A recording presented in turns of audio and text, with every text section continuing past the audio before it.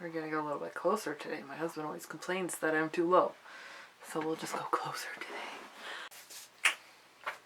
Hi friends, I'm Felicia. Welcome back to my channel. Today is October wrap-up time. Yeah. 2 months until Christmas, yeah! I had a really good reading month in October. And I was surprised actually when I counted up all the books that I finished. I was surprised by the number of them. I didn't think that I had read that many books, but apparently I did, so that's cool. I read 10 books, so yeah, that was pretty awesome. First, I'm going to start with the book that I missed in September that I read that I forgot to talk about. Yes. And that was that I reread The Night Circus by Erin Morgenstern, this beautiful book. I actually listened to it on audio, and it's narrated by the guy that does the Harry Potter audiobooks, Jim Dale. And it was fantastic. It was awesome. So I highly recommend the audiobook if you are looking for an audiobook to read. A 5-star book again. It was just beautiful. Perfect for this time of year.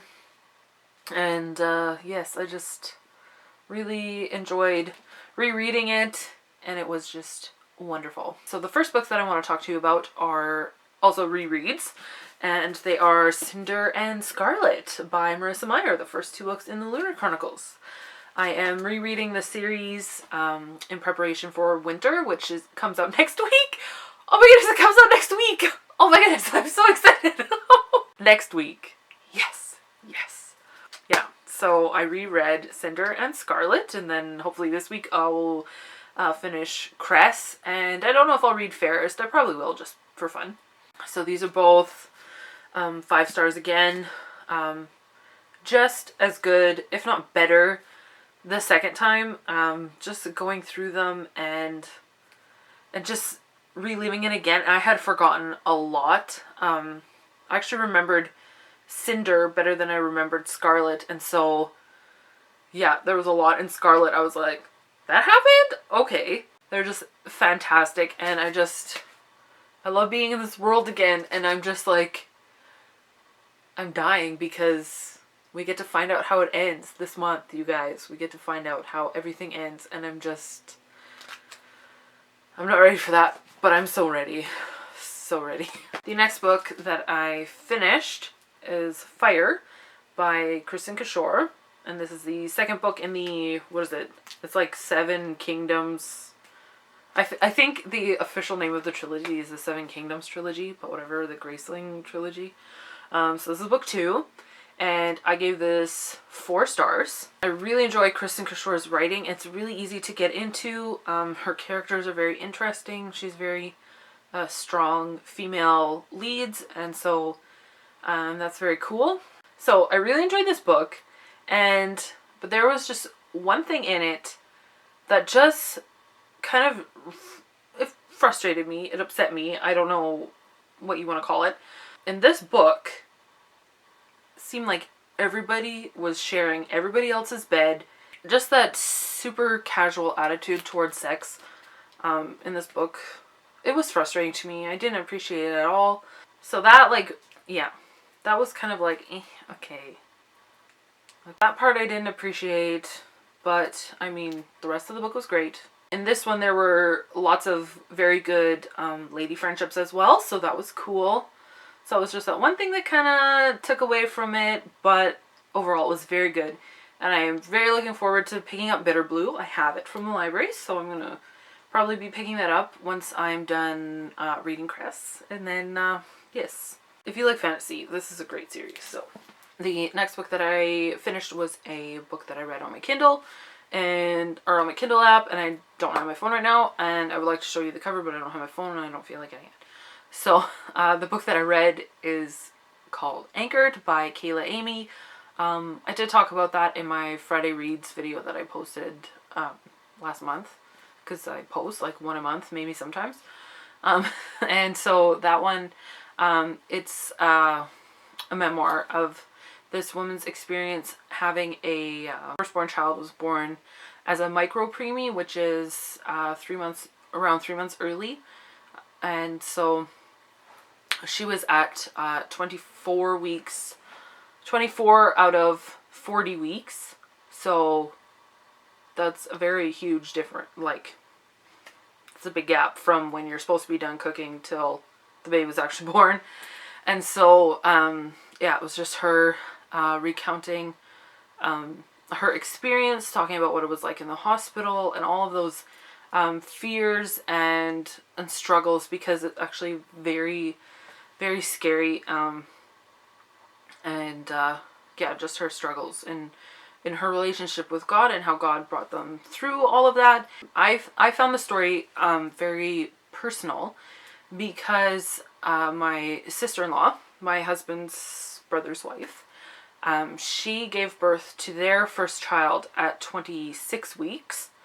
And so that was a very hard time for them. It was very hard. Like, it was hard for the whole family, but mostly just to see them going through this. And so she was in the hospital for 101 days. She got to come home on the 101st day.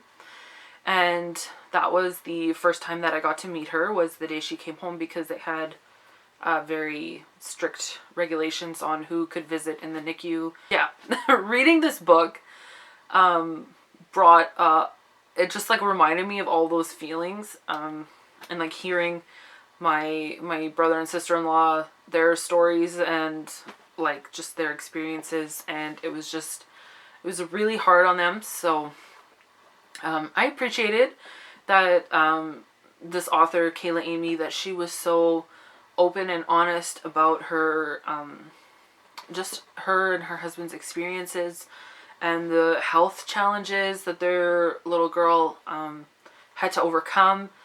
And yeah, it just was crazy just to read all about that, and yeah, just kind of be back in that. I really want everyone to read this book, because I think there's a lot of misconceptions or a very low understanding about what it's like to have a premature child. And so I would highly recommend that everyone read this book.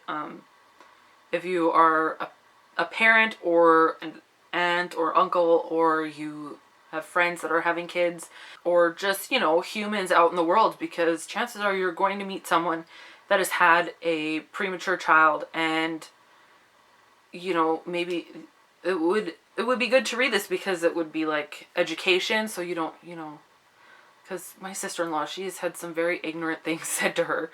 And so, yeah, I wish that everyone would read this book and just learn a little bit about what it's like to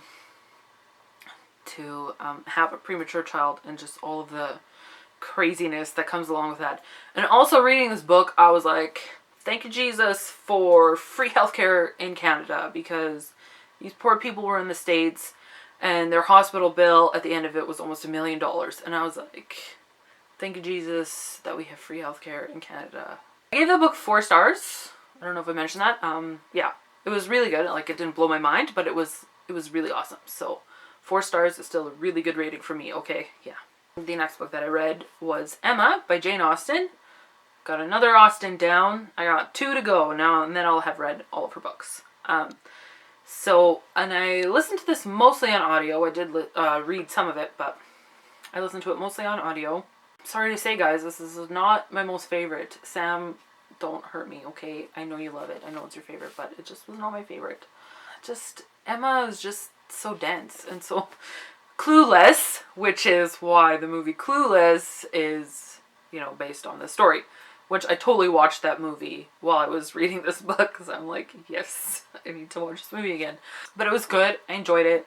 I mean, I love Jane Austen, and it was just some of the characters and the situations was like, okay.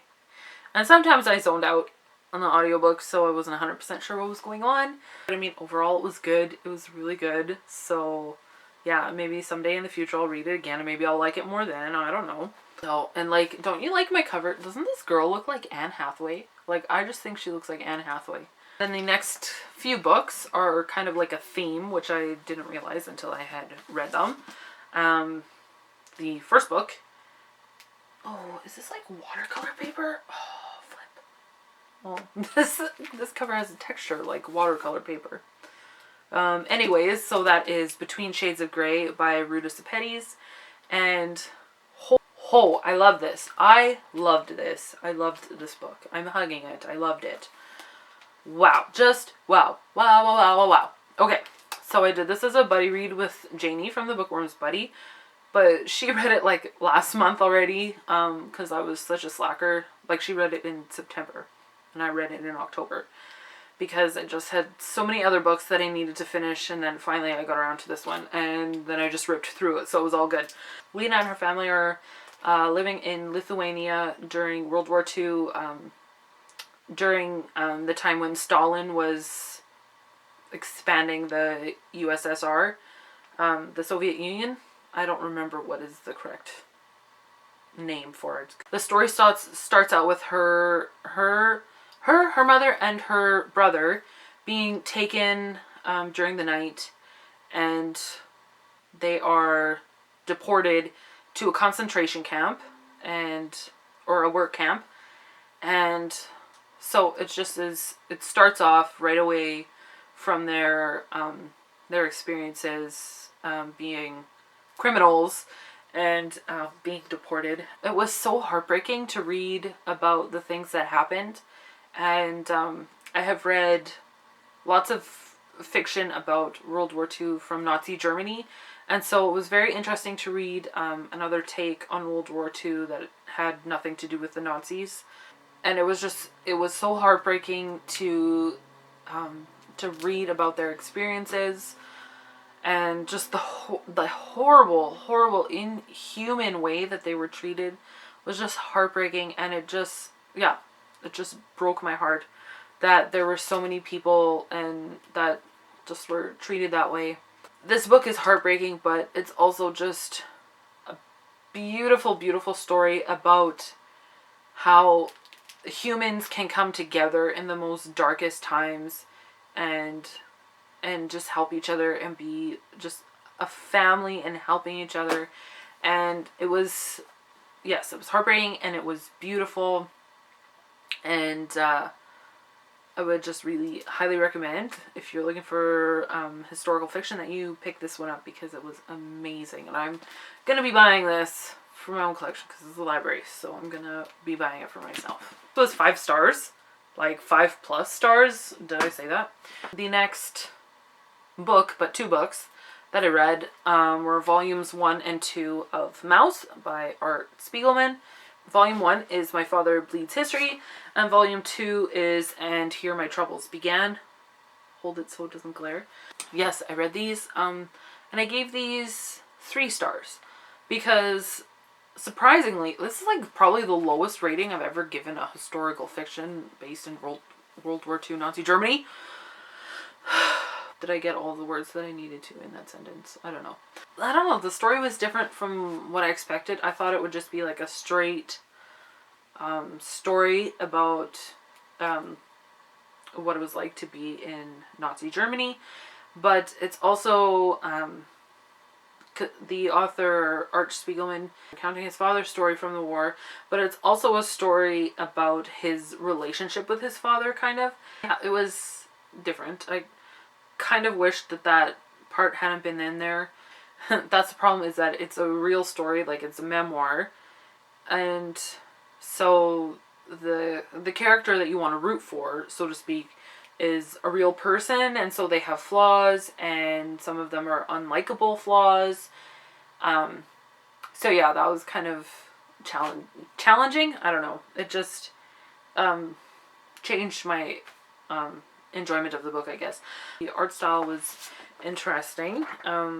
Very simple and almost childlike, but it's also quite dark. Yeah, I'm glad I read this, because I'm glad that I read this. And I would recommend it if you always enjoy reading about fiction, like Nazi Germany fiction. Sounds wrong, but you know what I mean. Like, you just read it. If you like reading that kind of stuff, then I would recommend that you pick these up. Then the next book that I read was Finding Audrey, yes, by Sophie Kinsella. I almost said Finding Sophie Kinsella. No. Finding Audrey by Sophie Kinsella.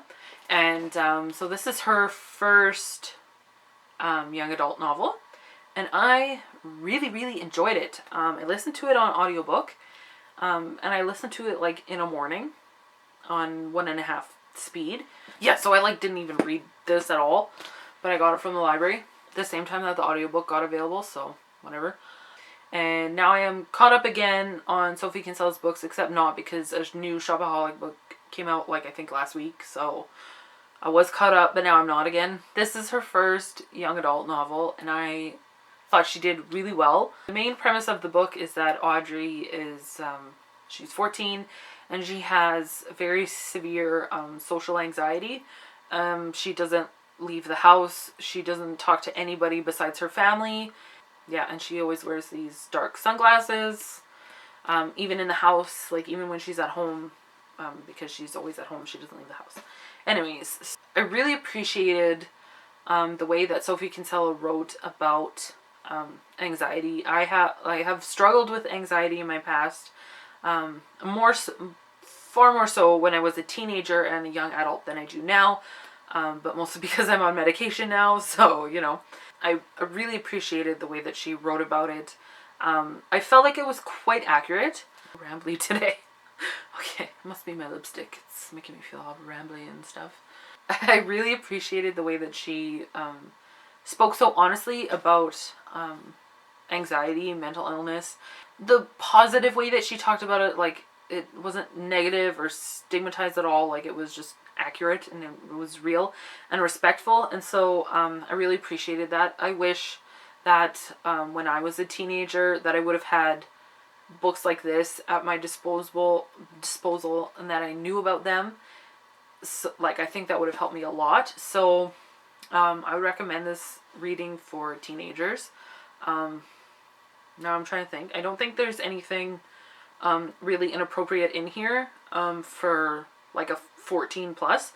Yeah, I would say like this would be recommended, or if you have teenagers or you know teenagers that might be dealing with anxiety or mental illness, depression, whatever, just get books like this into their hands so that they can realize that they're not alone, and that that there are other people feeling that way, and that there are people that can help them, that there is hope for them. I gave this book 4 stars because I just love Sophie Kinsella, so I quite enjoyed this book. Another library book that I will be purchasing for my collection.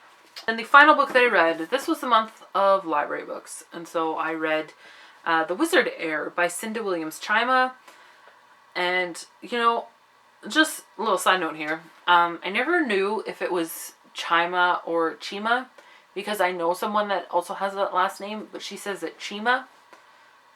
And so I found this website that actually has authors, like audio clips from authors saying their own name. So then you know how they want it to be said. And she says that it's pronounced Chima. Cinda Williams-Chima. So there you go. Also Ruta Sepetys. She was like, if it helps you remember, it rhymes with spaghetti. So, The Wizard Heir. It was really good. I gave it 4 stars. I read the first book in the series a year ago, actually, like exactly a year ago. But I'm not going to be waiting that long now to read the 3rd book. I have it on reserve at my library, so I'm going to be getting it soon. Yes, this is the 2nd book in the Heir Chronicles. And so it's very, very good fantasy series. I really enjoy it. Again, hers is a writing style. It's very easy to get into. Very enjoyable to read. I like her characters a lot. I did really enjoy this. Like, this book took a turn that I didn't really see coming. I mean, looking on it, I probably could have seen it, but I didn't see it coming then. And I'm very interested to know where things are going. It's set up for a very epic battle, probably in the last book, I'm assuming. And so, yes, this is a good series also for fantasy. So, yeah. So that was my wrap up. That was very long and rambly. Holy crap. But yeah, that's all that I have for today. Just my wrap up bit. And as always, if you have read any of these books or have thoughts about them, leave them down below. Let's have a little chat about them. And I would love to know what your favorite book of the month was, and what you're looking forward to reading in November. It's November. I'm looking forward to reading Cress and Fairest and Winter. That's all. Okay, thanks for watching, guys. Mwah! Bye.